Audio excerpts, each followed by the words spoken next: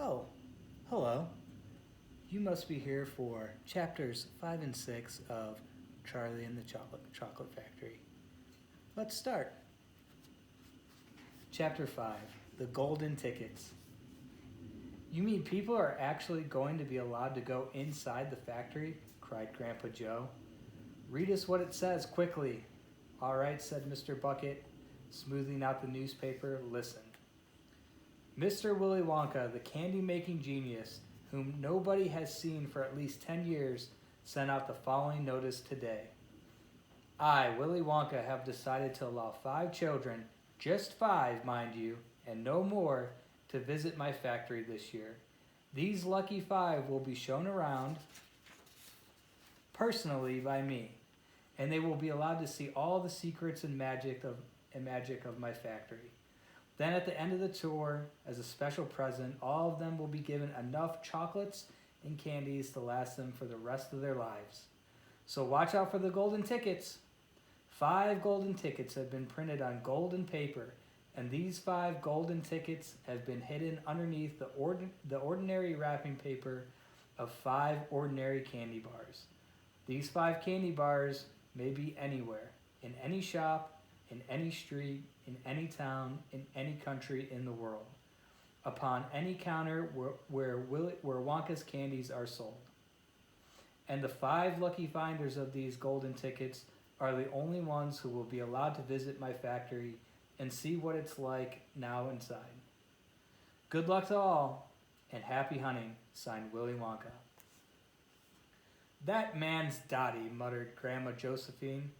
He's brilliant, cried Grandpa Joe. He's a magician. Just imagine what will happen now. The whole world will be searching for those golden tickets.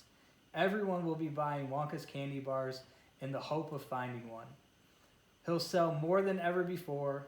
Oh, how exciting it would be to find one. And all the chocolate and candies that you could eat for the rest of your life, free, said Grandpa George. Just imagine that. They'd have to deliver them in a truck, said Grandma Georgina. It makes me quite ill to think of it, said Grandma Josephine. Nonsense, cried Grandpa Joe. Wouldn't it be something, Charlie, to open a bar of candy and see a golden ticket glistening inside? It certainly would, Grandpa, but there isn't any hope. Charlie said sadly, I get only 1 bar a year. You never know, darling, said Grandma Georgina. It's your birthday next week. You have as much chance as anybody else. I'm afraid that simply isn't true, said Grandpa George. The kids who are going to find the golden tickets are the ones who can afford to buy candy bars every day. Our Charlie gets only 1 a year. There isn't a hope. Chapter 6 The First 2 Finders. The very next day, the first golden ticket was found. The finder was a boy called Augustus Clough, and Mr. Bucket's evening newspaper carried a large picture of him on the front page. The picture showed a 9-year-old boy who was so enormously fat he looked as though he had been blown up with a powerful pump. Great flabby folds of fat bulged from every part of his body, and his face was like a monstrous ball of dough with 2 small, greedy, currant eyes peering out upon the world. The town in which Augustus Clough lived, the newspaper said, had gone wild with excitement over their hero. Flags were flying high from all the windows. Children had been given a holiday from school, and a parade was being organized in honor of the famous youth. I just knew Augustus would find the golden ticket, his mother had told the newspaperman. He eats so many candy bars a day that it was almost impossible for him not to find one. Eating is his hobby, you know. That's all he's interested in. But still, that's better than being a hooligan and shooting off zip guns and things like that in his spare time, isn't it? And what I always say is, he wouldn't go on eating like he does unless he needed nourishment. Would he? It's all vitamins anyways. What a thrill it will be for him to visit Mr. Wonka's marvelous factory. We're just as proud as can be. What a revolting woman, said Grandma Josephine. And what a repulsive boy, said Grandma Georgina. Only 4 golden tickets left, said Grandpa George. I wonder who will get those. And now the whole country, indeed, the whole world, seems suddenly to be caught up in a mad candy buying spree. Everybody searching frantically for those precious remaining tickets. Fully grown women were seen going into sweet shops and buying 10 Wonka candy bars at a time, and then tearing off the wrappers on the spot and peering eagerly underneath for a glint of golden paper. Children were taking hammers and smashing their piggy banks and running out to the shops with handfuls of money. In one city, a famous gangster robbed a bank of $5,000 and spent the whole lot on candy bars that same afternoon. And when the police entered his house to arrest him, they found him sitting on the floor amidst mountains of candy, ripping off the wrappers with the blade of a long dagger. In far-off Russia, a woman called Charlotte Russe claimed to have found the second ticket, but it turned out to be a clever fake. In England, the famous scientist Professor Foulbody invented a machine which would tell you at once, without opening the wrapper of a candy bar, whether or not there was a golden ticket hidden underneath. The machine had a mechanical arm that shot out with tremendous force and grabbed hold of anything that had the slightest bit of gold inside of it. And for a moment, it looked like the answer to everything, but unfortunately, while the professor was showing off the machine to the public at the candy counter of a large department store, the mechanical arm shot out and made a grab for the gold filling in the back tooth of a duchess who was standing nearby. There was an ugly scene, and the machine was smashed by the crowd.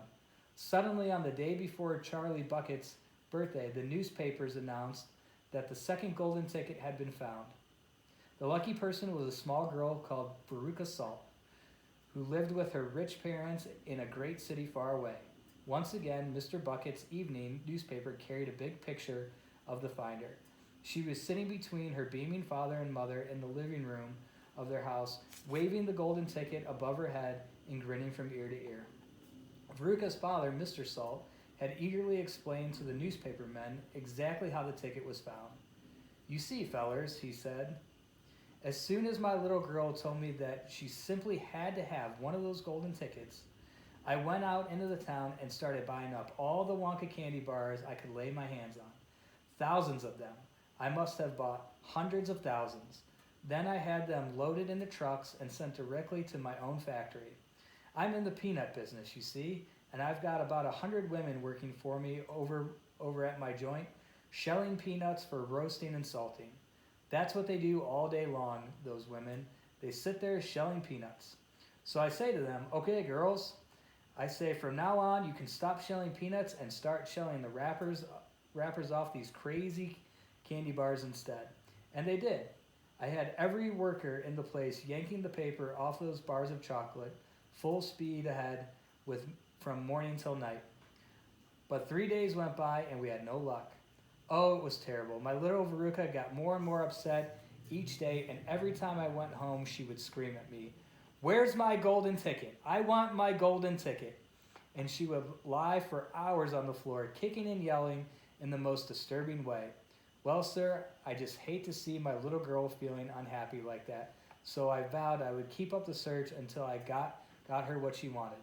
Then suddenly, on the evening of the 4th day, one of my women workers yelled, "I've got it, a golden ticket."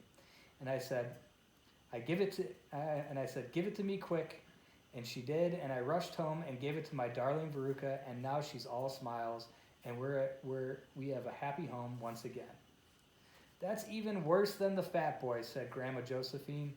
"She needs a real good spanking," said Grandma Georgina. "I don't think the girl's father played quite fair, Grandpa, do you?" Charlie murmured. "He spoils her," Grandpa Joe said, "and no good can ever come from spoiling a child like that. Charlie, you mark my words." "Come to bed, my darling," said Charlie's mother. "Tomorrow's your birthday. Don't forget that, so I expect you'll be up early to open your present."